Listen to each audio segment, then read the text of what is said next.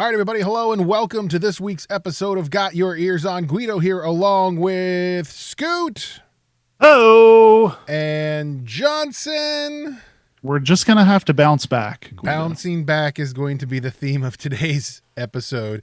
And joining us for all of March Madness is Mr. Brett Solheim. Brett, thanks for joining us again.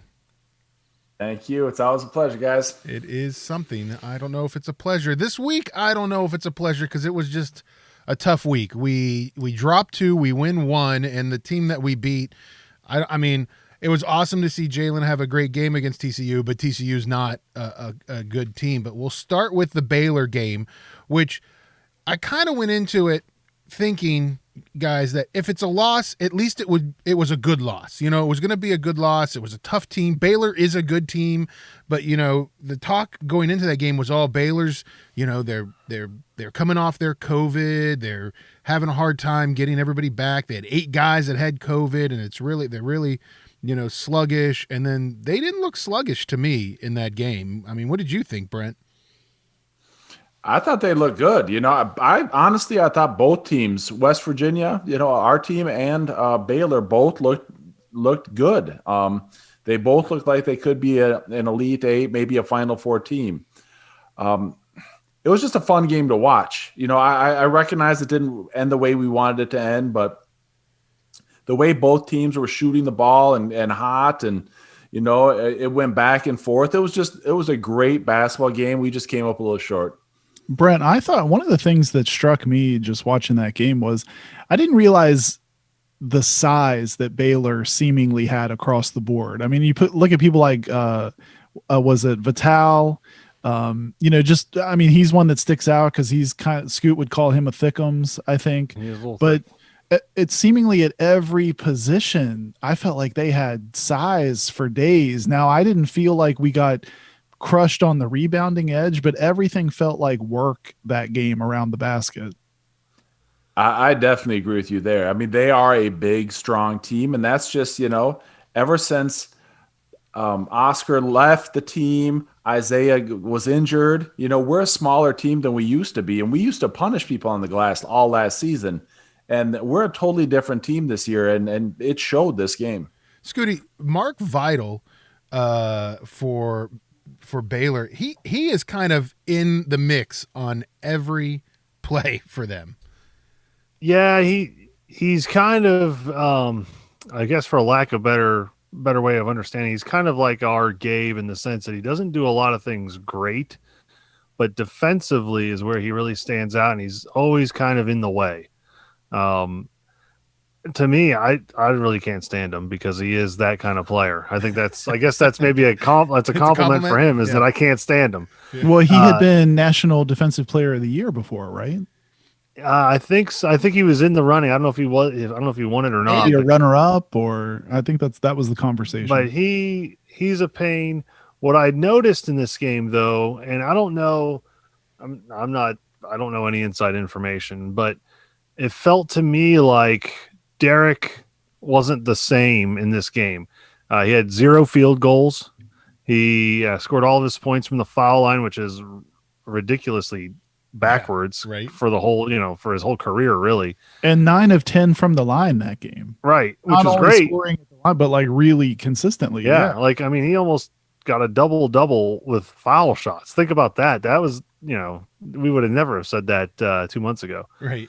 But I don't know. It was something weird where we really didn't have an inside game at all. If you think about it, I mean, he didn't score inside. If we scored inside, it was driving to the basket. It wasn't anything from the low post area. So just kind of unusual. Well, and like Brent said, though, we were shooting the ball well. I think I'm mixing my games here, but I think Taz goes for like 26 in that game. Correct. I think Sean McNeil had a really successful game. So, you know, the shooting was on, I guess, to make up for that, Scoot. I'm glad you said that. I still believe Sean McNeil right now, for me, maybe in the I think he'll cement it by the time he's done at WVU. But like, if there's a guy with the ball outside the 3-point line, I want him shooting the ball, because it doesn't matter where he's at. If there's a guy in his face, a guy hanging off him, if he gets fouled, it's at the very least it's going to hit the rim, and a lot of times it goes in. Well, I think Brent- Fran Fraschilla, did like two of the 3 games this week. I think Fran did play-by-play on or color commentary on, and he said the same thing. That he said that he thinks Sean McNeil might be the best outside shooter that has ever played at WVU. Brent, did you play with a guy that you felt like, hey, if I can just get this guy the ball on the outside, we've got a pretty good chance of seeing him score? Oh, I have a guess for that, by the way. Who's your guess? Well, I don't know. I'm opening my big mouth here, but I feel like at the time when Brent was playing, Greg Jones was a guy that sometimes he would hit shots that you were like, oh, what's he doing? And then it would go in, and he would be like in the first row of the stands. So that's one person that comes to mind. Yeah, I mean, GJ was a great shooter, a great ball handler. That's, when I think back of my teammates, I remember him as being our best ball handler, most likely to break anyone's ankles. And he could get hot in a game like against number 6 UConn and just light them up. But, Jared West was a great shooter. Cyrus Jones, Greg Jones, Dave Ligori could come in off the bench and get hot sometimes. But we didn't have any shooters. Nothing like Taz or McNeil. Yeah, they're pretty remarkable. Yeah, they're just the other thing in phenomenal that shooters. game too, talking about foul shooting, we shot a crazy amount of foul shots that game. I think we shot 30 plus foul shots. We shot about 90% for the game, which for everyone that's been coming out of the woodwork to complain about our foul shooting, I don't feel like, Guido, you could really complain about that game. But having said that, and this is coming from me, someone who would normally not complain about foul shooting when we should probably complain about it, I try to give it a pass. But even for as well as we shot from the line, it felt like 1 or 2 foul shooting opportunities in that game really hurt, were really gut punches. One that comes to mind, I think wasn't it Deuce in that game, for as well as he played at the end of regulation. I feel like had he put one more of his foul shots down, it would have extended it to at least a 3-point game. Baylor would have had to work harder to tie it up and send it to overtime. That's one thing that stuck out for me for that game. Well, and I thought it was interesting because in the post game, Huggins being interviewed complained about foul shooting. He's like, oh, we got to make foul shots when we need to make foul shots. And then you look at the stat line, they only missed 4 foul shots the whole game. I mean, so it's hard to complain about it. It just felt like just kind of like specific opportunities felt bad. And it's one of those things, it was end of regulation, it was overtime. West Virginia played themselves in and out of the game kind of the whole time. But really, pulled it back, in the second half. I mean, they were down going into halftime by 3, I think it was. They come back, they win the second half. It's tied into overtime. And I mean, some big plays, it just didn't pan out. That last minute of overtime was just rough. I mean, Taz drawing the foul against Butler was a big play. JB hit a 3 there in overtime, another big play. But it's just one of those things. It's like, and it's another West Virginia loss by less than 5 points, or 5 or less. And if you go down the stats and you look, I think like every loss we've had this year except for one has been 5 points or less. The Kansas is the only game that, was that kind of blowout. So it's one of those things where, okay, it's a loss. It's we're on this 3-game homestand this week, 4-game homestand counting last Saturday. It's a loss, but it's against a really good team, a ranked team. It's not really going to hurt us in the bracket. It's Baylor. And then we play TCU. TCU comes to Morgantown. It's, Jamie Dixon has a team that is just not very good. And he has really nice hair, though, right, Scoot? You love the Jamie Dixon hair. I mean, what are we hiding here? I think we're hiding male pattern baldness. That's what we're hiding right there. the slick back look. And then so WVU handles TCU pretty easily. Wait a minute. Hold on. Guido, you're not going to jump in here about the article of attire that had you so excited for this entire game. You're not going to bring it up or what? We haven't gotten there yet. We can talk about it. We're getting ready to sail by this game like one of the most important things of the season to you didn't happen. Are we? You mean the anti-turnover chain? Yeah, come on. The anti-turnover chain. Huggins has ice. The anti-turnover chain. Like he kind of came across like something you would see maybe in The Sopranos or something. I don't know. It was just something kind of like, whoa, what is going on? What was the tweet that you forwarded me? It was, I think it was Fake Bob. I'll pull it up and link it in the show notes. But Fake Bob said, I might just mess around, get my 899th and steal your girlfriend. Yeah, right. Well, it That was hilarious. I've never seen him do that before. I've never seen the chain, Like, I think he wears the chain. I think I've seen the chain underneath, but the this chain was chain out. out. The chain was out. Yeah, this was chain out. Chain out. I feel like if there a bet you think he lost that was like, hey, if you lose the Baylor, you got to wear the chain out, coach. I mean, or something. I don't know. Was there a bet when Catlett wore the leather jacket? We just all shook our head when he did that. So yes, Huggins did bring he had some nice ice around the neck there with the gold WV gold chain. It was a great game for Jalen Bridges. He gets interviewed at the end of the game on ESPN Plus. He gets a double, his first career double with 22 points and 12 rebounds, plays 32 minutes. So, and again, he looks like he's going to be a star for WVU, Brent. He does. You know what? He's obviously put in a lot of hard work. You don't become a Division I athlete or basketball player by luck. Obviously he's put in a ton of work to get to where he's at right now. A couple things though, he can attribute to luck. He wasn't getting much playing time at the beginning of the year. When he came in, he was a little bit timid, wasn't sure his role on the team. 10 games in, our McDonald's All-American leaves. So that opens up some playing time for him.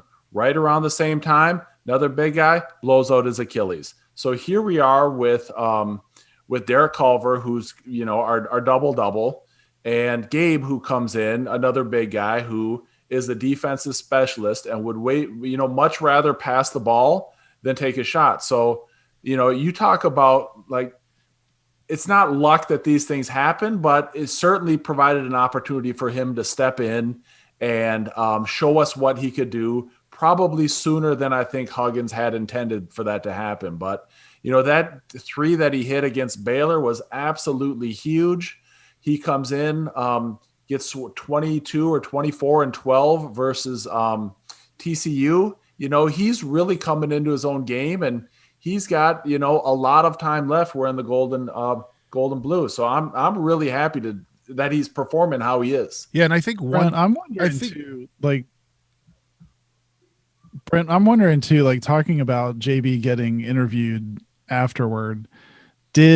I can't think off the top of my head, but did anyone ever catch you off guard and want to interview you after a big game? Or like, did you guys ever clown around when someone was getting interviewed and try to like make them laugh in the background or anything? Like, it just makes me wonder about that stuff. No, not like that. So we always had the reporters would always come outside of our locker room. I don't remember one time myself or any of my teammates getting interviewed on the court before we even left. We would go into the locker room before we'd take showers, but we would, meet as a team, and then we'd come out in our uniforms in like the hallway by the locker room, and we'd talk to all the media then. We had the cameras there. We had the newspaper reporters. But yeah, I don't remember anyone ever getting interviewed on the court. Not saying it didn't happen, but I don't remember that ever happening.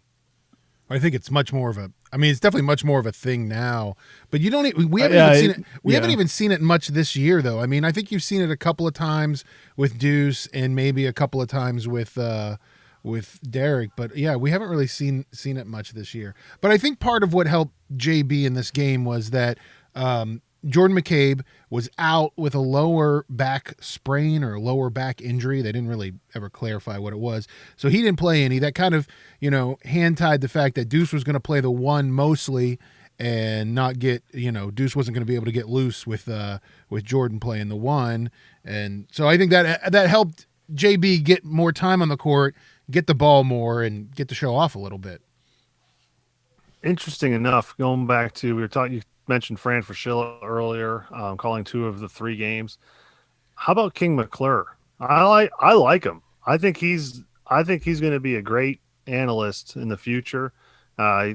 He claims to be like the youngest analyst on network television or something. He's got some claim to fame because he just finished playing, I think, Yeah. maybe a year or two ago. 2 years Well, and ago. I think most people do like him. I mean, I think generally his when you insight look is- at the feedback, yeah, like people dig him being in the mix. I like him. He seems very knowledgeable. He's very open to discussing stuff. He's not. You can tell he's not. He's not. He tries not to be biased. I don't notice any bias. And I mean, I'm sure when he covers Baylor, he's got more inside information. Just like, I mean, they're not interviewing. They're not putting Brent on the Iowa State podcast because that would Right. make zero sense. That's why we have him on So ours. what you're saying got is Dan Dockich, King McClure. You'd rather have King McClure. You don't want Dan Dockich's. I don't think, I don't think No. after last week, Dan Dockich is going to be on the radio much anymore, or on the TV much anymore. Anyways, he had a rough. He had a I don't little- know that ESPN rough wants week. Dan Dockich's Yeah. input. I think Dan Dockich had a little rough of a week last week. No, King is great. King is great. Yeah. I'd take him or Fran either get any game. And he's good. I mean, unfortunately, I hope that he starts to get more. Right now, King McClure's doing a lot of the ESPN Plus games, so you see him a lot on those games. So hopefully he'll start to get I'll more take him network over games. Spatola. I don't even know that guy. Chris Spatola, Yeah. Spatula. Like, who is this guy? Played at Army? Come on. The Army has a Is I that, don't know. I actually didn't know. Is that where he played? He I played. think he's got a jersey in the background of his when they do his home shot.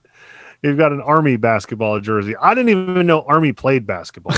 Well, Spatola always comes across like he's trying to be clever, and then I always leave like as they're going to a commercial break, he'll give some kind of one-liner, and instead of being like, haha, I'm usually like, what is he talking about? Like, what was he trying to do there? That's Well, what and it always makes me I think. blame him for a lot of the Moeller High School, the Oscar Shibwe, the what other storyline am I forgetting? Like, I feel like he's the one JB that at Fairmont. yeah, Like, he that's the- recycles those things like no other. Yeah. And we get him like every other game, so it's really annoying. Well, we're getting Fran all next week. We'll talk about that here in a second for the Big 12 championship. So finishing off the TCU game, the other thing that kind of happened that was very strange in that game was the fact that Gabe Osaboyan fouled out. He got all 5 of his fouls called within 12 playing minutes of the game. It was a little rough on him. Treat yourself. And after the third, treat yourself.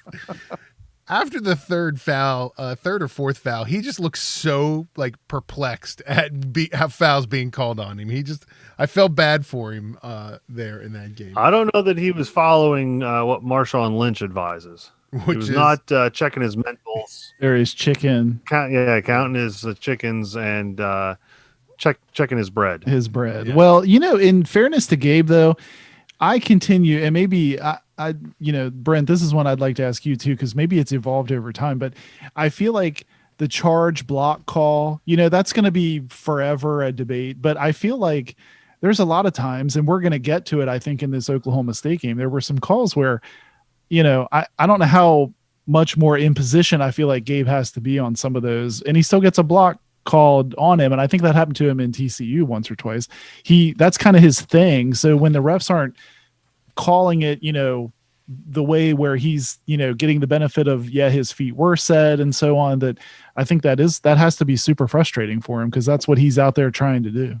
It's definitely, I'm sure it's frustrating for him. Now, one thing that officials and, will never admit, and some people don't want to talk about is, they had the Jordan rules back in the day in the NBA about, if anyone breathed on Michael Jordan when he was shooting, he got the foul. Now, I mean, people jokingly said that, but there was some truth to that. Now, Gabe is not our star. He's our blue collar worker, and he's not going to get some of the same calls that a Miles McBride is going to get. I hate to even say that, because it's not like Miles McBride is an NBA All-Star and Gabe is trash, because that's not true at all. But, the referees, if that was Cunningham from Oklahoma State, he's not fouling out. He's not. They're not going to call. Point. Yeah, they're not going to call him like that on a superstar. And Gabe, he's our garbage man around.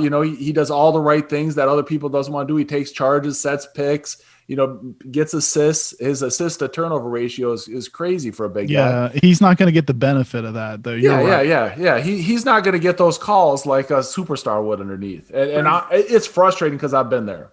Brent, how frustrating is it? I think a lot of calls, this is my perspective, you can tell me if I'm wrong, like a lot of referees will anticipate what they think is going to happen and they'll blow their whistle, and then what actually happens isn't what they thought was going to happen. Like they think, oh, there's going to be contact here, I'm going to blow my whistle.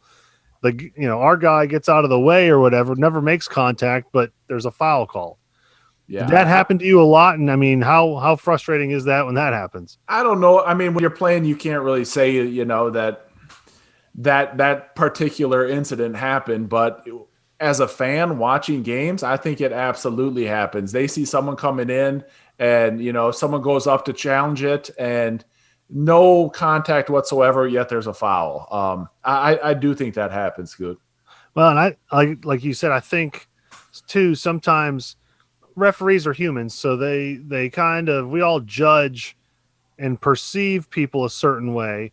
So if I perceive Jordan McCabe to be playing out of control, I'm going to assume that it must have been a charge and not a block. 100%. Right? I mean, so you start to kind of categorize people and say, well, there's no way he possibly could have, been blocked. He plays out of control 90% of the time. Well, I guess my point is, sometimes officials need to officiate what they actually see, not what they're thinking they're going to see. Couldn't agree with you more. Scoot, are you going to become a NCAA official? I feel like I should be the guy that the announcers go to for the rules clarifications. Oh, yeah.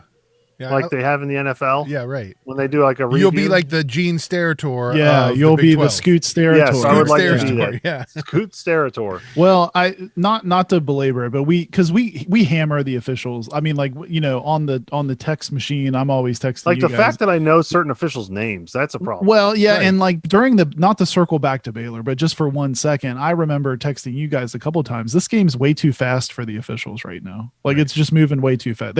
There were some calls like I don't know what game they're watching, and I usually say that, but and I felt that way in the Oklahoma State game too. It's like there were some calls like I don't know what they're looking at, but man, and even fouls on Oklahoma State that I didn't think were fouls. There was times in that Baylor game where I was like, man, this is all like maybe the NCAA needs to start thinking about putting 4 officials out there for some of these games. I mean, as fast as these games have gotten at the college level, I mean, I feel like when you watch an NBA game slower on the court than a college game is now.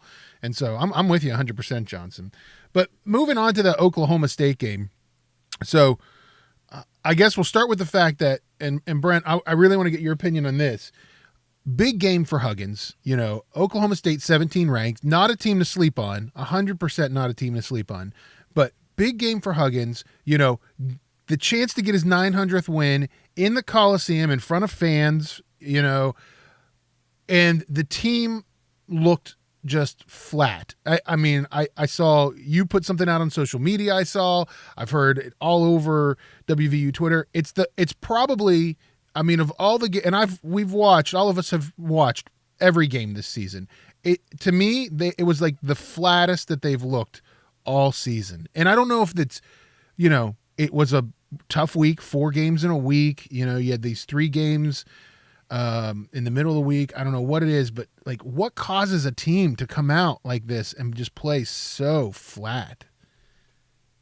Well, I think it's, playing 3 games in 5 days is definitely a lot. Yeah, I know you look at the box score and it's like, oh, they played 20 minutes, 33 minutes, whatever, and you have a day of rest in between. But when you play a game like Baylor, and it goes to overtime, it's not just the extra minutes, but it's such an emotional game. It takes a toll on you, and then you don't get the day off the next day because you got to prep for your game the day after that. And then same thing with TCU. All right, hey, Bridges has a great game. They can't go out and blow some steam off because they got a game 2 days from then. So It's not only physically taxing to play 3 games in 5 days, but it's mentally taxing as well. Now you have to play 2 games in 3 days sometimes in the NCAA tournament when you play like a Friday, Sunday or something like that. But the coaches have already scouted the next team. You may, if you have the first game in that first round, you may watch the second game and start talking about the team that day. But 3 games in 5 days is a heck of a lot of basketball. And to lose to Baylor how we did with extra minutes, I'm sure they're all beat. Yeah. Brent, when you have, let's say you have a 7:00 game, right? What time do you show up at the Coliseum to get ready? Well, we always had we had a pregame meal. We'd have a shoot around earlier in the day, so you'd come over and you'd shoot around, noon or 1, do a walkthrough in your street clothes. 4 hours before the game, so at 3:00 you'd have your pregame meal, and then after that you'd normally might chill out for a half hour, but you're back in the Coliseum by, I would say, no later than 5 for a 7:00 game. You got to get dressed, you got to get taped, you want to get out there and shoot around some. I mean, it's a full day. It's you're looking at a minimum, including game and then post game. You're probably looking at least 7 hours committed just to being in the Coliseum itself. That's not even mentally preparing for the game. That's just going to the facility itself, and then you tack on the fact that, oh, by the way, they're still in college, right? So I'm sure they still have some schoolwork to classes and schoolwork and things to possibly worry about at the same time. Not that I'm looking to make excuses, but like you guys said, that many games with that amount of time devoted to basketball, plus all of the other things that they're thinking about, plus let's throw in the pandemic, the social distancing, concerns, because stuff that you used to do, Brent, when you would go, you weren't thinking twice about, do I need to wash my hands? Did I touch my face? Did I, am I too close to anybody? I don't want to be the reason why the team gets, put on pause. So there's a lot of extra stress, I'm sure, there as well. So it's probably pretty exhausting. You get to the end of the week, you're probably pretty tired. Yeah, like I said, it's not just physically, it's mentally exhausting. I was going to bring up, hey, on top of everything you just said, schoolwork as well, because they're student athletes. They're not professional athletes, they're students.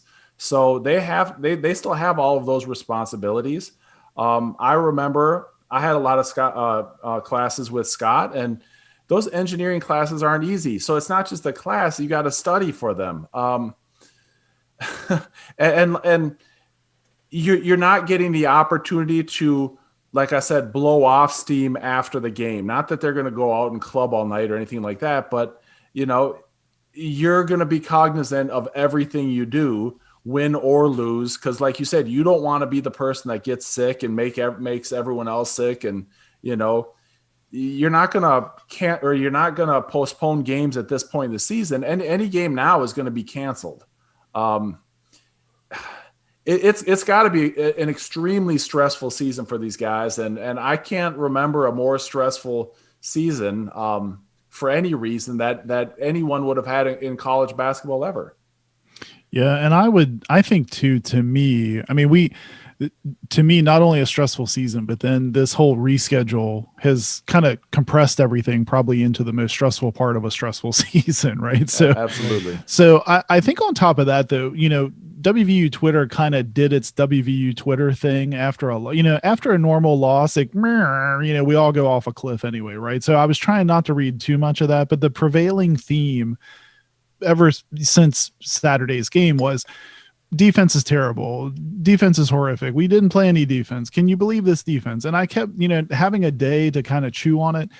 I mean, we talked about this with Brent, maybe not last week. I think the week before when we were talking about our games, we noted it. I think our good shooting, and Scoot, I think you'll agree with me here too. Our good shooting this isn't a new thing. This isn't a new theme, but our good shooting has covered up and kind of peanut buttered over some poor defense. And I thought as Oklahoma State, especially in the second half, Guido, we gave up 51, I think, in that second half against Oklahoma State. That's correct. We're watching them run essentially a layup and dunk line, to the basket seemingly every trip.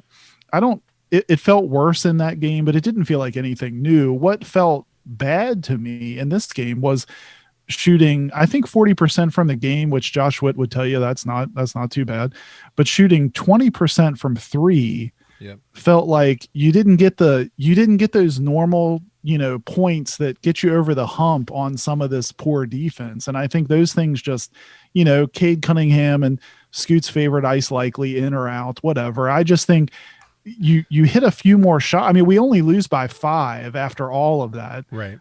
You hit a few more shots, Taz and Sean get a little bit hotter there. We actually probably pull that out. So to me, that poor defense to me, that's always been lurking in the background this whole season in all these games, but the shooting has kind of helped us overcome that. I didn't think that was there Saturday. Yeah. So Scott, I just, so a quick stat right here. So their top 3 guys, Anderson, Moncrief, and Boone, their top 3 scorers from the game, shot just over 76% from the field. Oh my gosh. But I guess that's staggering, to be honest. Like, that's crazy talk. But I guess when everything is 4 feet from the bucket, I mean, you can shoot a higher percentage, right? 50 points in the paint for that game. So, I mean, it's true. I mean, I can't imagine that those guys, I bet you of that 70% of those points, if not more, were in the paint. Huggins came out after the game and pretty much, I mean, the first thing he said, before Tony Creedy even asked him a question, he was like, they had no bounce today. We had no bounce today. And so, I mean, I think Huggs, and again, going back to what Brent said, I mean, I don't know. And as a coach, you can't make excuses. You can't say, we've had to play all these games and these guys are exhausted, which is more than likely the case. But, Huggs was definitely, hard on him, talking about how they had a lack of enthusiasm and they didn't have it today. But he did make one comment that I thought was really interesting about Derek Culver. And he said that, he didn't really say Big 12 officials. He just said he said they need to officiate Derek like they officiate everyone else. And Derek had a tough day. He got those 2 fouls early. Fran Fraschilla called it with 10 minutes left to go in the first half. Fran Fraschilla was like, yeah, you're not going to see Derek Culver anymore this half. And it's more often than not now we're starting to see that. Derek gets in foul trouble, early on in the first half. Huggins doesn't like guys to, if you get 2 fouls, you're sitting on the bench for the first half. And it starts to put us in these positions where, when Derek's not in there and he's starting to rotate out more guys. The depth and the size, that's where we start to see it. I mean, I think Senny Njai will be a serviceable big man at some point. It's just not this year. I don't think he's ready. And a lot of times this year he's been kind of thrust into spots where in previous years there's no way Huggins puts him on the floor. Right. So I think that Isaiah Cottrell's injury might be in a lot of ways more significant than the loss of Oscar Tshiebwe. I agree, Scoot, 100%. And that's kind of where I was getting at. If I'm a team going into the conference tournament next week and I'm looking at tape and I'm trying to figure out how we're going to play WVU, one of the things you're going to tell your guys is try to draw fouls against Culver early. And it's definitely one of those things that going into next week, going into the tournament, I think WVU's got to keep an eye out for. Yeah, and Brent, you talking about those stats of their big guys, points and percentage around the basket. I think another glaring spot from that game too that kind of just compounds it is we got pretty well out rebounded that game too. I think we got out rebounded by maybe 9 or 10 rebounds, which I feel like is not like us, even with this team that's a little more finesse maybe than some past teams. That to me, that was a big eyebrow raise too. Yeah. When Culver's only getting 20 minutes of playing time, it's tough to get a double-double. He had 14 points, 5 rebounds, but in 20 minutes, it's tough to get 10 rebounds. That's very difficult to do. So he goes to the bench. Someone comes in and replaces him that isn't the rebounder that he is. Next thing you know, we're getting out-rebounded by 9 rebounds. So we need him to be on the court to help that stat in particular. And Guido, one last thing. I mean, for as great and huge of a contribution as JB had in TCU, he comes back in this game, and I think in pretty significant minutes, he really didn't even get many shots up. I don't think he had a point for the game, which was unfortunate. Yeah, only 3 shots, no points. So it's definitely tough when the guy who was hot the previous game comes back and is cold as can be. WVU finishes the regular season 18-8, so that's good. 11-6 in the conference. We should be happy about that, especially after previous years. 7 of 8 losses by 5 points or less. Is that right? Yeah, Yeah, that's right. Yeah. That's a killer. Other than the Kansas game? Other than the Kansas game, by 5 points or less, 7 of 8 losses. So, and I think out of everything come out of this, guys, one of the most staggering numbers to me is we were 8-5 at home. We were 7-2 on the road. This team, crazy. This team Yes. that, I mean, what was it? February 2 years ago, we lost every road game or whatever it was. Like, this team now, can play on the road, has proven that they can play on the road, and 3-1 in neutral sites. So it's interesting going into the Big 12 tournament, which we're going to take a break here in a second. We're going to come back and talk Big 12 tournament prep. But I do want to make one comment about this team as we think about it. Taz Sherman all but announced that he is not coming back for his free year. He puts out on Twitter, it was great to play. Sorry we couldn't win it for hugs. It was great to play my last game, in the Coliseum as a Mountaineer. So I thought that was interesting. He put a maybe. He did put a maybe. He put a maybe in parentheses. Did put a maybe in gave you a parentheses maybe. there. All right. So I'm hanging on to that maybe. You're hanging on Don't to that take maybe. that maybe away. Yes, the maybe's in there. Well, let's take a break. We're going to come back and talk about how we dropped from chances of being 2nd to 4th in the Big 12 tournament and do a little preview of that. So don't go anywhere. You're listening to Got Your Ears On. 1 and 2 and 3 and 4 and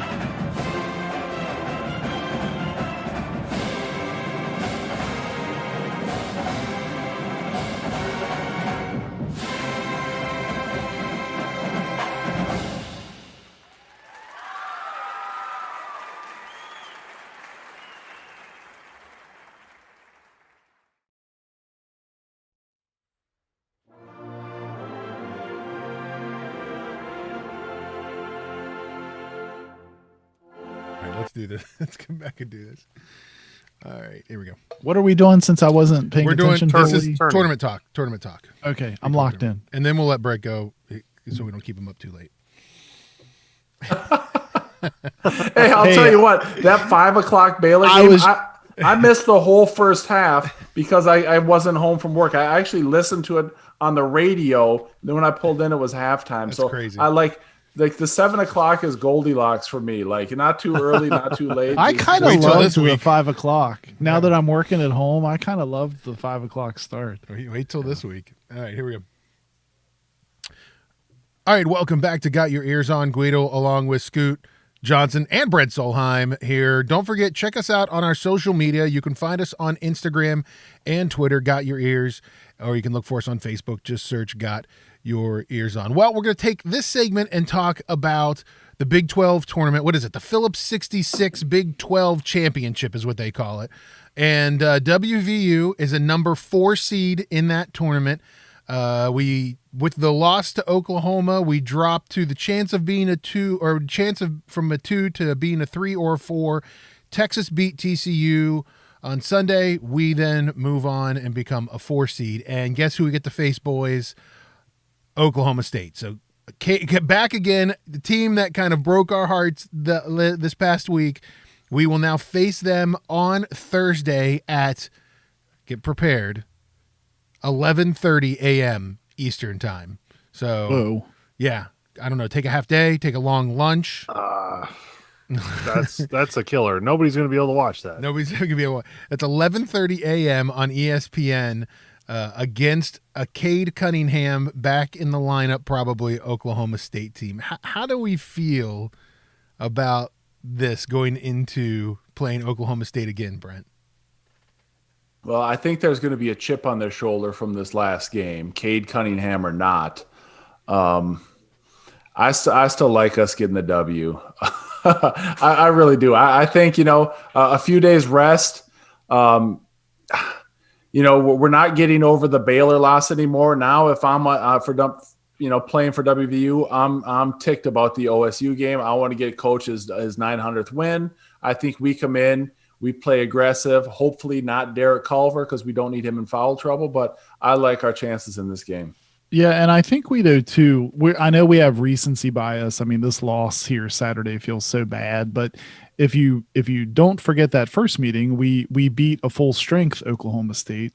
And in that game, I'm just peeking back here at the box score. Derek Culver went for 22 and 19, and maybe that's what it takes, in that type of a game. But so I think I'm kind of in the camp with Brent. I mean, I feel like as long as they can put this behind them, then go out and put your best foot forward. We can definitely get it done. I just think the effort that we saw Saturday though has to be, and I don't know if I want to say, it's not really, I don't want to say effort, that's the wrong word, but just the energy level. I just felt like we looked flat. So I think we come out, we're probably angry.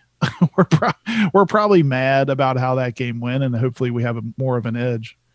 I think had we lost by 15, between 15 and 20, I'd be concerned. I'd say, oh boy, this is an uphill climb. The fact that we lost by 5, to me, that's still anybody's game. 5 points, you can score 5 points in under 10 seconds. It's a toss up. So I think with what you guys have said, the fact that we're going to come in a little bitter, I think that's going to help us. And I think we'll be okay. I think these guys, like you said, are motivated to get Huggins' 900th sooner rather than later. I don't think they want to wait until the NCAA tournament. And I think that they're motivated to prove that maybe this was a fluke, that Oklahoma State shouldn't have won. And I think you'll see it, guys like Taz Sherman. Taz was kind of upset because could have been his last home game at the Coliseum, and I'm sure he wants to go out with a win, so maybe that's why he's going to come back. I don't know, but I think that they're going to be motivated. I think you're going to see the shooters hit, and I think it's going to be a good game. I like that it's at 11:30. I think it'll kind of kill the hype. Yeah, I think so too. I think it being that early game will help us out. with that. Brett, so talk to us a little bit as from a player's perspective. You've done this before where you've gone into these conference tournaments where it's win and play the next day. You could be playing 2-3 games in a row, day after day. What, mentally, physically, what kind of preparation goes into getting yourself ready for a quick 3 days or a quick tournament like this? Okay, so I can't speak to any deep runs in a conference tournament because we did not have them. If I remember correctly, from my senior year, we lost our final 3 games of the regular season and our very first round in the in the Big East tournament. So we were in a massive slump. The coaching staff gave us 3 days off. And then we came back and, Selection Sunday happened, all that, and we knew we were going. And we practiced hard, and we came out and we blew Temple out by 30 in the first round of the NCAA tournament. So, even if we've lost 2 of our last 3, and even if we somehow drop this game to Oklahoma State, that does not mean that we can't do something special in the NCAA tournament. Yeah, and I think it's interesting to think about, and luckily, to be honest with you, of all the trips that we have to take, all the travel that we have to do in this league, the trip to Kansas City, Missouri, not that bad compared to some of the other Texas trips that we have to make. Right? Yeah. So it's not a horrible trip. And I just think it's one of those things where these guys, they've shown this year how resilient of a team that they are, the coming back by being down by 19 twice. I think coming into this tournament, they'll have that resiliency. They'll want to go on. But the worry I have on the other end is okay, I don't want to see them give it all up just to win the conference championship. Is there any concern about something like that where you worry about, hey, let's win the conference championship, but then it's all, you've run yourself exhausted for going into the NCAAs? Well, hey, if you remember back to 2010, I believe we won the Big East tournament. Then we made a run to the Final Four, that same team. So, this is a good chance to build up some momentum going into the big tournament. Yeah, and Guido, I think they're going to need that resiliency because one of this loss to Oklahoma State is kind of like the gift that keeps on giving, right? Because now not only do you have to face them again, but you've put yourself in Baylor's side of the bracket. So, if a win against Oklahoma State's going to be a battle. And then, hey, your reward is most likely playing Baylor that next game. So you talking about resiliency, they're certainly going to need some. Yeah, because Baylor plays that game at 2:30 on Thursday, and they play the winner of what is probably going to be the most exciting game of the whole tournament, the game 1, which is Wednesday night at 6:30. You can watch TCU play K-State.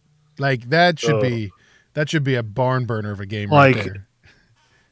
I would, if I were the networks, I would play that game in black and white because nobody likes purple. Nobody wants to see 2 teams in purple. It's ridiculous. If Kansas State wears those ridiculous, faded crayon, uniforms, and they wear that stupid every man is a wildcat mask. No, it's not true. Not every man is a wildcat, and it's stupid. In your seeding, what if we seeded a bracket of most annoying Big 12 coaches? This is sort of like a 1-2 matchup, right? It is a 1-2 matchup. The only good thing is we get one of those turkeys out of here, right? So one of those clowns is knocked out, so we don't have to deal with them. And I hate to say this, well, I don't hate to say it. I kind of like to say it. I think Bruce Weber, the seagull from Finding Nemo. Finding Nemo. I think mine. I think he's going to get eliminated, and Mr. Comover is going to move on. Yeah, that's possible. The game 2 is Oklahoma has the 7th seed against Iowa State, which is at the bottom.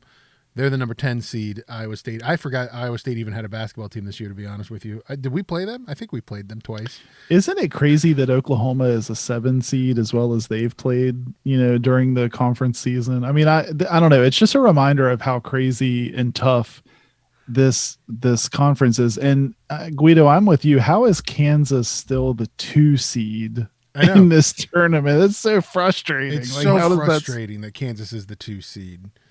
I don't feel bad for Oklahoma because they deserve it what with the guys they got.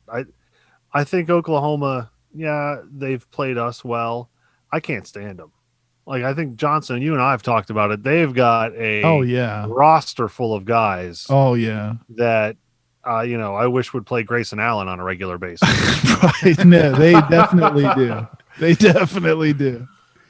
That Like, oh, that Brady Manick, come on with his hair. And Austin Reeves. Yeah, I think Those Austin two guys Reeves, alone are my least favorite players. Brady in the conference. Manick. I mean, I think if we were listing an annoying players of the conference, you might go 3 deep on Oklahoma before you get to a different team. I feel like. yeah, Ugh. yeah. And Speaking of which, and we didn't mention this, I forgot to say this, Guido. We do have a concern for WVU. which is Kedrian Johnson's hairstyle. oh my gosh, What's going on there? We did not talk about it earlier. I know this is not tournament talk, but like, what's happening? Like, was he rushed? Like, was it like he was in the middle of something and they're like, "Hey man, you got to get to the Coliseum. We got a game." And he didn't finish getting the hair done. he's What's got going on there? Scoot, I'm way more concerned about me thinking that his job when he gets in the game is to shoot 3-pointers with in the final 2 minutes of the game and not hit rim. He's got to play great defense, get the ball, distribute the ball to the guys who are good shooters, and let's know your role. Can we chalk that up to poor judgment and on a lot of areas of his life? Sounds about right. I mean, I don't know. It was it was definitely he was going for something. I'm not sure what it was, but he was going for something, Scoot. I feel it was rushed. I feel like he was in the chair. He was getting some work done. And then somebody called and was like, "Hey, the game's at 2:00, not 4:00." And he was like, Right. "Oh, really?" Yeah, and then he ran out. Yeah.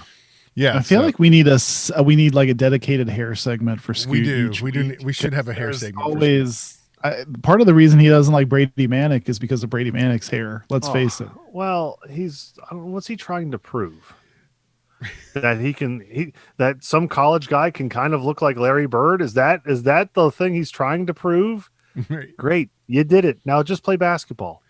Well, it wouldn't surprise me though if they end up. I mean, if you look at who they'll end up playing. Most likely they are playing Kansas. I'm just trying to look at this bracket again. I guess we pretty much with Texas taking care of business, I guess we do have all of our seeding. So Yeah. it looks like, they're going to play a hapless Iowa State team. Then they're going to have an opportunity to play Kansas. And it's not out of the realm of possibilities that they win that game. They beat Kansas this year in Fog Allen. And I think it was at Kansas. Yeah. So to me, that's going to be an interesting game too. Yeah. This will be the only time I am ever excited to see something good happen at Iowa State. Like so you'll be a Cyclone fan. You'll be a Cyclone fan. This might be the only time, other than my daughter's possibly going there if they were to ever go there. That'd be another time I would ever think of Iowa State ever in my life. Well, you can root for them in that 7-10 game then, Scoot. I will, and I gladly will, because I'd rather see them go on than that would be just a real kick in the pants to Kansas. And then so then you've got Game 6, which is Thursday night at 9:30 p.m. Eastern time. That's Texas Tech versus Texas. 2 games on Friday, 6:30 and 9:30, and then the championship game is on Saturday at 6 p.m. on ESPN. Brent, going into the tournament like this, the guys who are further down on the bench, the Spencer Mackeys, the Jay Moores, Senny Njais, the guys that don't get a lot of playing time, the younger guys, how important is their role in practice, in preparation, during the game, when they know that they, during the conference tournament, chances are during the NCAA, they're not going to get to see any of that, junk playing time? So typically you get the top, the guys who play a lot, your top 8, maybe top 9 guys, normally run against the bottom guys in the team in practice as they're running the plays that the other team offense is going to run. So their role, although they don't see the court, it is important not only to, run their plays, execute them like the assistant coaches, when they're calling, Oklahoma State's game, plays, but those guys are just as, in the locker room, in the hotel rooms, they're every bit as big a part as the team as everyone else, keeping morale up. They have an important role, even though they don't see the court during the actual game. So, they can definitely have a positive impact off the court. And, it's always fun to see a team that the bench is really engaged into the game. I know a lot of times in the past, you'll see the ESPN crew or who's ever, whatever network the game is on, zoom in on the players on the bench because they're having so much fun and keeping their teammates up. So they do have an important role, and hopefully our guys can contribute.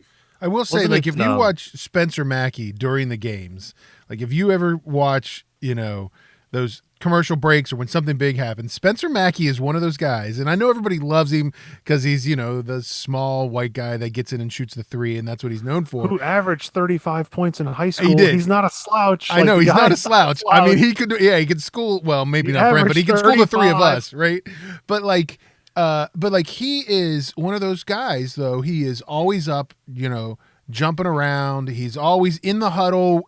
He's never one of the guys standing off in the back. Scoot. It's just, for me, it's like that would be the role I'd want to play if I was on WVU. I don't want to be out there with all the pressure of having to play all the time like Brent had to. I want to just be the guy who is on the side cheering and glad having fun. They're like, Guido, These are you're the in. best You're seats, like- man. These are you're the like, great. what? These are great seats. I'm so glad. You're like, I'm not ready to go in. What? Wasn't wait, what? it St. Bonaventure and their bench that used to, I don't know, they played guitars or something, like when guys would score or some kind of where they would do different things every time. Yeah, somebody they would do score. they'd act like, somebody fainted and then the other guys would catch the guy. Yeah, and it'd be stuff like- They had a that. they had a whole skit orchestrated Yeah. before the game even started. And you could tell they're having That fun. would be Guido. Guido would be like, listen, guys, here's what we're Here's going what to we're do. gonna Ass hits a 3. Here's what we're doing. He's probably got cue cards. Scoot, you pass out, I'll catch you. I feel like that's kind of like your job in this podcast, Scoot. You're kind of like the Spencer I Mackey am of the this guy. podcast. I got the cue cards. I'm kind of like the guy that holds up I'll hold on football sideline. I've got the Chick-fil-A. I've got a picture of a cheeseburger. I've got a Speedo, and I've got Corvette. We'd always say on a big cue card. yeah, you'd be a good backup quarterback. Like you'd be an amazing backup quarterback. I can hold a clipboard. You can hold a Do clipboard. we know if, I'm assuming there's still limited fans allowed in for these games, right? I mean, they're allowing some capacity. Correct. There is going to be fans in there, and so it's a limited capacity. And the other exciting news is the play-by-play guys are actually going to be there. Fran Fraschilla okay. is going to be in Kansas City. They're going to So be. it's not going to be. There was a technical foul. I'm not sure who or what the technical. Oh, he's shooting technical foul shots. Yeah, something must have Well, happened. we're not there. We'll have to find out. I'm going to guess he probably said something. Can't really tell. That's what happened. Was that the? I think that was the TCU game. Yeah. They were like, "What's going on?" So, all right, guys, let's make a couple of predictions here for what we think is going to happen this week with WVU. We face Oklahoma State. We will likely after that face a number 1 Baylor if we win that Oklahoma State game to then have to play in the championship game. How deep, Johnson, do you think WVU goes in the Big 12 tournament? You're going to start with me. That's very I'll let you unfair. go first. Okay. Well, you know what? I'm going all in because here's why. I think they're angry about this flat tire at home against Oklahoma State. I'm going to say they avenge that. They only got 1 shot at Baylor. I think they won a second shot at Baylor after losing in overtime. I think they run it. I think they run it all the way to the championship game. Scoot, what do you got for thoughts? I think they go to the semifinal. Yeah. I think they beat Oklahoma State. I think they will.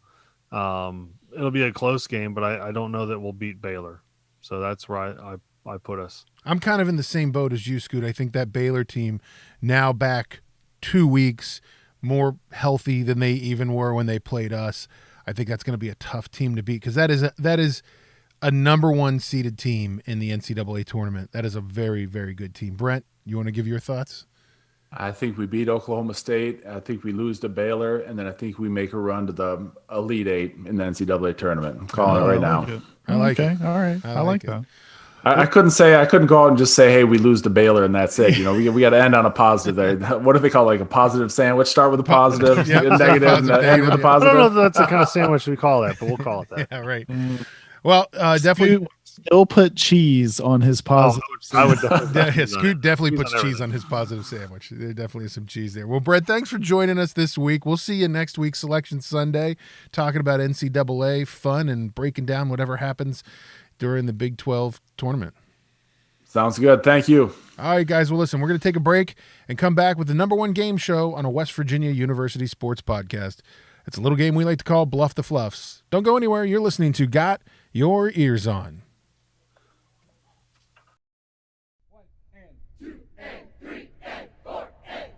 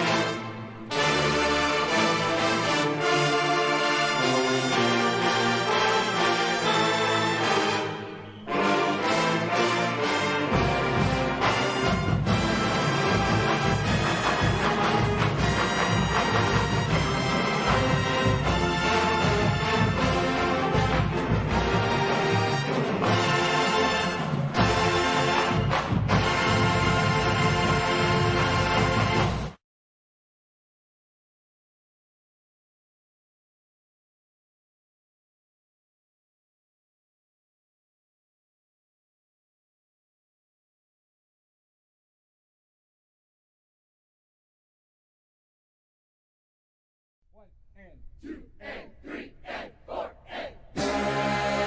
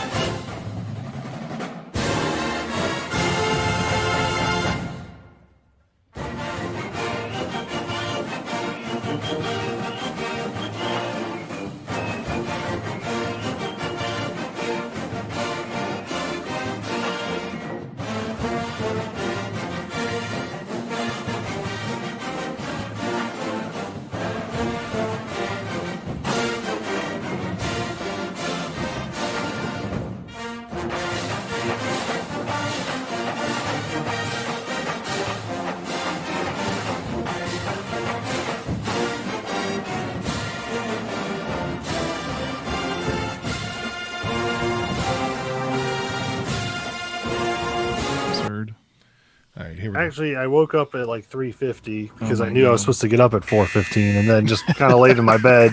Yeah, you don't really sleep because you're like, oh god, I can't. I got to miss get the up at 4:15. Oh Yeah, my god! And then you're like, is it 4:15? No, it's 3:50. And you're like, oh fuck! Like nobody wants to be up at 3:50. What time did you go to bed? You can't catch a flight into Verdansk and then Yeah. get up at 3:50. That's what I did. I went to bed at midnight. Oh god. That's rough. All right, here we go. I did take a 10-minute nap in the truck and choked, probably snoring or something, like or my spit or something, and I thought I died.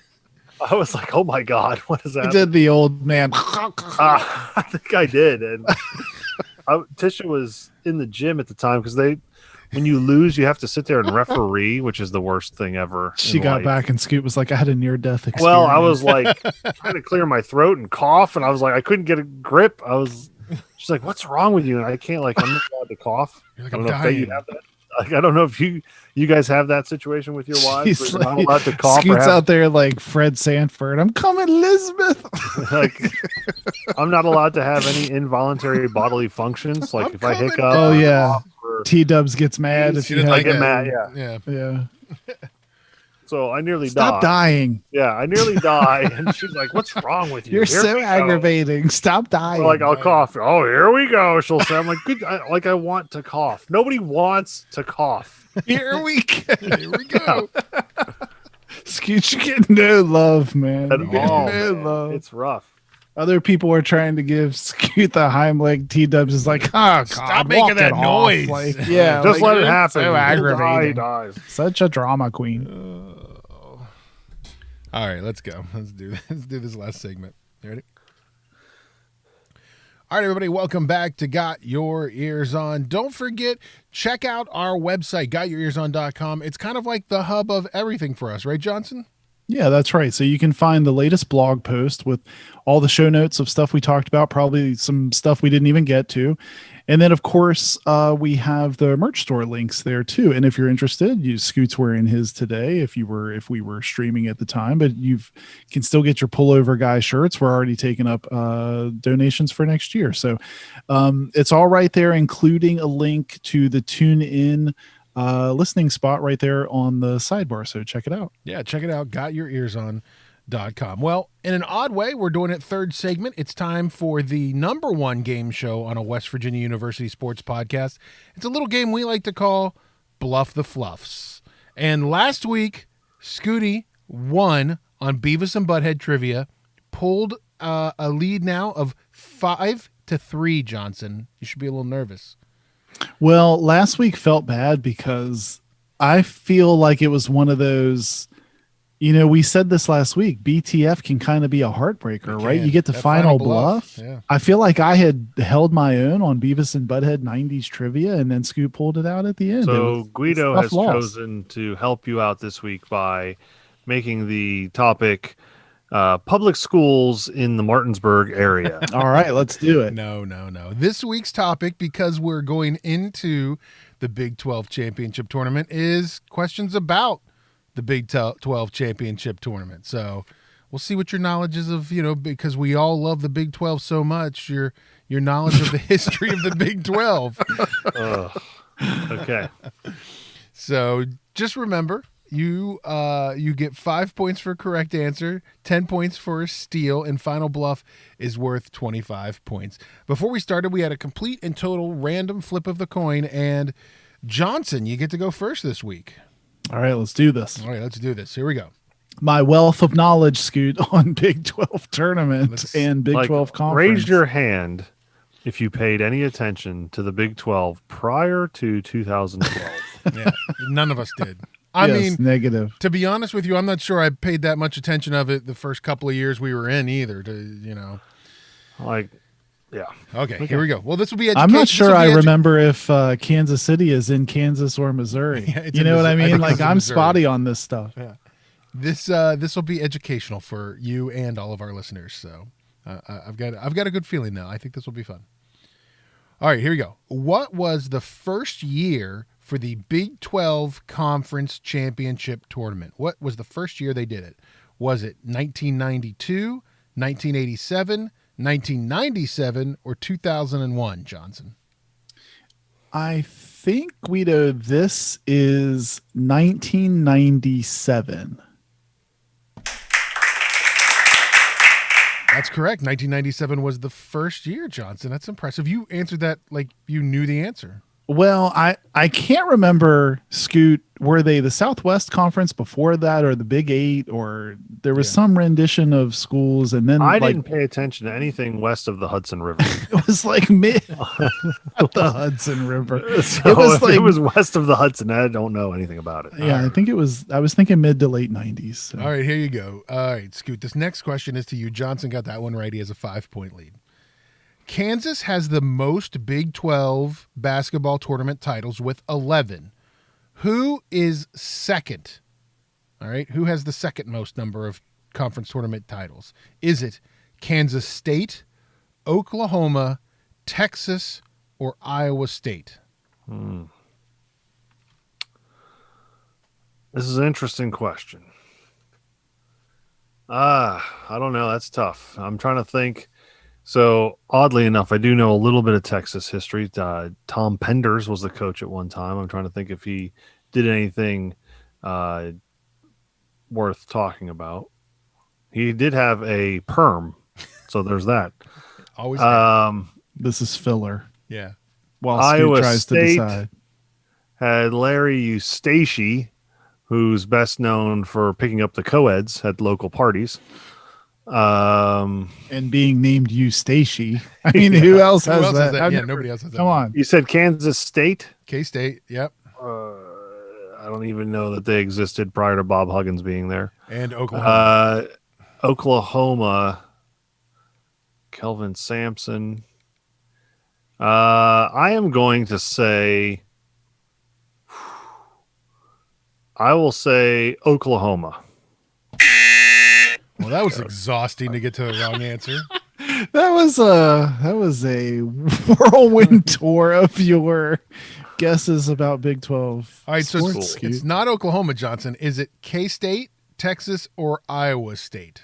Well, I was debating between Oklahoma and Texas, and since Texas is still standing, I'll go with them.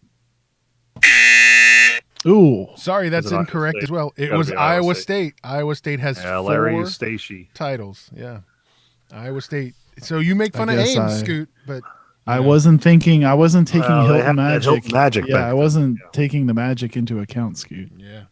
All right, so nobody gets any points there. And Johnson, this next question is back to you. Of the 4 former Big 12 teams, which one has won the Big 12 tournament? Okay, so these are 4 teams that used to be in Big 12, aren't anymore. Which one of these teams has actually won the Big 12 tournament? Okay. Nebraska, Texas A&M, Colorado, or Missouri? I'm going to go with the Tigers. That's correct. 2009, 2012, they won before they left the conference. And let's be honest, they should still be in the conference. They Yeah, should. they They should should. still be in that conference. They should. I agree. And I believe So Texas should A&M Nebraska. should also still be in this conference. Well, yeah, that's true. Colorado's kind of an outlier. I could feel see, like they're I could not see strong Nebraska. and stuff. No, Nebraska's fine. I mean, I don't. I feel like they're okay, but I agree. Missouri should still be in this conference. 100%. I don't feel Nebraska fits the Big Ten though. It's too far west. Me either. All right, maybe. All right, so Johnson got that right. He's got a lead now, Scoot, 10-0 on you. But this next question is back to you for 5 points. Who was the most valuable player in the 1997 Big 12 championship tournament? Was it Chauncey Billups, Paul Pierce, Scott Pollard, or Jacques Vaughn? All guys who Ooh. went on to play in the NBA, by the way. 3 Jayhawks and 1 Colorado Buffalo. You said most valuable player in the conference tournament? In the conference tournament, yep. 97. I am going to, so I think Paul Pierce is actually my age, so I'm going to guess that he would have been later. I'm going to go with Jacques Vaughn. Oh, son of a gun. All right, Johnson for 10 points and the steal. Chauncey Billups, Paul Pierce, or Scott Pollard? Well, my gut feeling was Paul Pierce, so I'm going to go with him. You should always follow your gut. You should always follow your gut. Yes, Paul Pierce was the Big 12 tournament or MVP in 1997 when Kansas won the first ever Big 12 championship tournament. All right, Johnson, huge lead, 20-0 right now. And this next question is back to you. How many times has Kansas won the regular season championship but not won the conference tournament? All right, total times. How many times have they won the right. regular season but not won the conference tournament? Is it 0, 3, 8, or 6? Wow, this is tough, Scoot. But not won the tournament. Well, they've won so many regular season titles. I feel like the volume could be high. But I'm going to go with 3 times. I'm sorry, that is incorrect. Scooty, is it 0, 8, or 6? It is 6. I'm feeling it. Hit it. Oh, my God. No, that's incorrect. It's 8. Counting last year, counting 2020, where they ended up canceling the Big 12 tournament, but they won. Kansas won the regular season. It's 8 times that they have won the regular season, but not the tournament. So they've won they've won the regular season 19 times. That's crazy. Wow. All right, here we go. So nobody gets points there. Johnson still has a 20-0 lead. Their football team sucks. Yes, that is true. We can all remember that. They have a horrible football team, even with Les Miles as their head Stupid coach. chrome face mask. By the way, just not to get off on a tangent, but I think you're following this story about Les Miles and maybe May not getting last long. fired. Yeah, Yeah, I saw potentially. that too. Not looking good. Maybe that might be for a future show. He and Dan Dockich might start a podcast in the next couple of weeks. Oh Could happen. boy. Okay. Anyways, Scooty, you're down 20-0. You haven't got any points right now. Big goose egg for you. But this last question before Final Bluff is on to you. How many times has WVU made it to the Big 12 tournament championship game? Is it 1, 2, 3, or 4? I believe it is 2. Son of mother. I'm sorry, that's incorrect. Johnson for 10 points and the steal. Is it 1, 3, or 4? Well, I think Scoot's thinking of the back-to-back years we went, right? But I think it's 3 times total. That is correct. 2016 and 2017 were the back-to-back years. And then actually I have it here, 2016, 2017, 2018. Is that correct? Oh, I thought well, maybe I'm wrong. I thought it was 2 definitely back-to-back, but then I thought there was, maybe you're right. Maybe it was 3 times I back-to-back. think it might have been. Now I got to look it up real quick. Hold on. And I'll edit all of this out. Because we're going to have to go back and give Scoot points if he's right.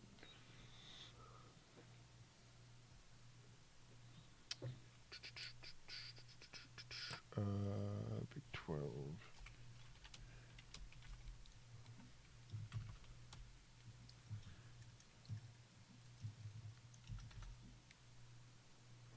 Hold on.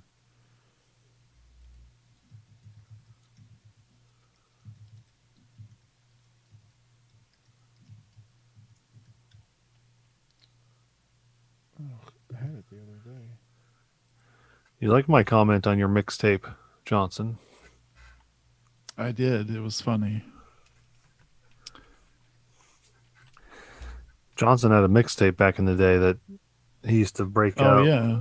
Well, according to Wikipedia, That's it's right. 3 in a row. 3 in a row. Okay. So that's where I got it 16, from. 17, and 18. 16, I mean, 17. according to Wikipedia. We'll go with that. Okay. Johnson, Yeah. did you write that portion on the Wikipedia? I did not write that. That's why I was thinking maybe we need to find a more reputable source, but that's probably right. I think it's right. All right, correct answer with Johnson right there. Gets 10 points and the steal, and now has a lead 30-0. Scoot, you don't have a chance to win, but we're still going to do Final Bluff. Thanks. That's real. You can at least Pat on the back. you can at least make it respectable. All right. All right, here you go. As we always do, Final Bluff is worth 20, unless Johnson wants to wager 5 more points on it. No, well, Final Bluff is worth 25 points a correct answer. As we always do, we have you guys buzz in. Johnson, what's your buzzer this week?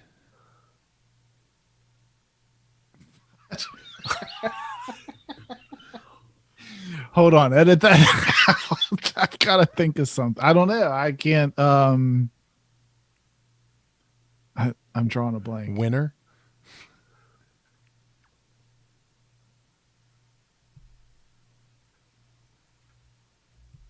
I don't know.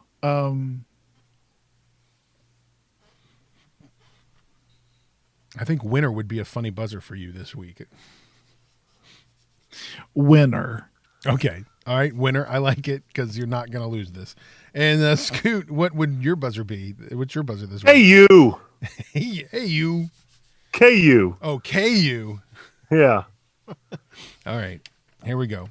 25 points. Scoot's just trying to make it look respectable. Johnson's leading 30-0. In 2008, Kansas won both the Big 12 and the NCAA tournament, but shared the regular season title with another team. What was that team? Was it? Was it Oklahoma State, Missouri, Texas, or K-State? KU. Scoot. I don't know when Kevin Durant came out. I'm going to say Texas. That's correct. 25 points. And Scoot, you don't make it look so bad. You only lose by 5, 30-25. Congrats, Scoot, for making it look respectable. Thanks. Was that Kevin Durant? That 2000. That was that No. Texas team, yeah. No. They lost. He was only there for a year. Texas lost to Memphis in the Elite Eight, and then Kansas went on to beat Memphis in the national championship game. Memphis with John Calipari. That's right. Johnson, congratulations. You won. Yeah, thank you. Closing the gap That's good. again. You just keep it. You're neck and neck now. 5 games to 4. Feeling pretty good about it, I hope. Scoot, 1 game back, as we might say in the summertime. I mean, you're in the rearview mirror, so I'm okay with it. 1 game back. Hey, and good news, Scoot. Well, just one last WVU thing before we wrap it up for this week. Neil Brown came out this week, head coach, football team, in case you didn't know that, talking a little football. Neil Brown came out this week, says there is a competition for starting quarterback between Jared Dagey and Garrett Green. Well, he has to say that because if he doesn't, Garrett Green's looking to transfer. I mean, I think we all feel it should be Garrett Green. I mean, you definitely feel it should be Garrett Green. You've been pretty vocal about 100%. it. Yeah. 100%. Well, we'll talk football here in a month or so as we get into the spring game. But we've got a big week this week. WVU plays Oklahoma State, 11:30 on Thursday on ESPN. The first game for us, at least, the first game for the Big 12 tournament, which goes on for the rest of the week. Next week, we'll be talking Selection Sunday and WVU going to the big dance. So make sure you tune back in. And also, don't forget, you can find us online. Look for us on Instagram, on Twitter, at Got Your Ears On. You can also find us on Facebook. Just search Got Your Ears On and look for our website, GotYourEarsOn.com. Thanks to Brett Solheim for being on the show this week. He'll be back next week and all through the month of March as we talk WVU basketball. Have a great week, everybody. Let's go Mountaineers. You've been listening to Got Your Ears On.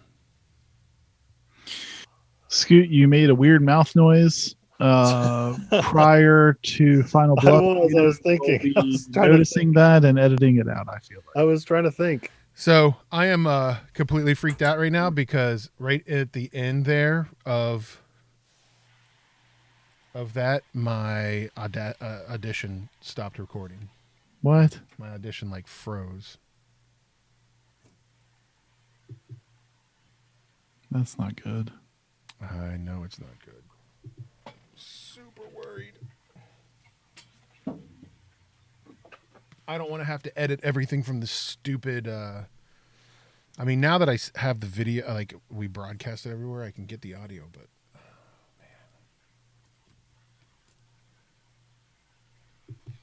Oh, this is bad.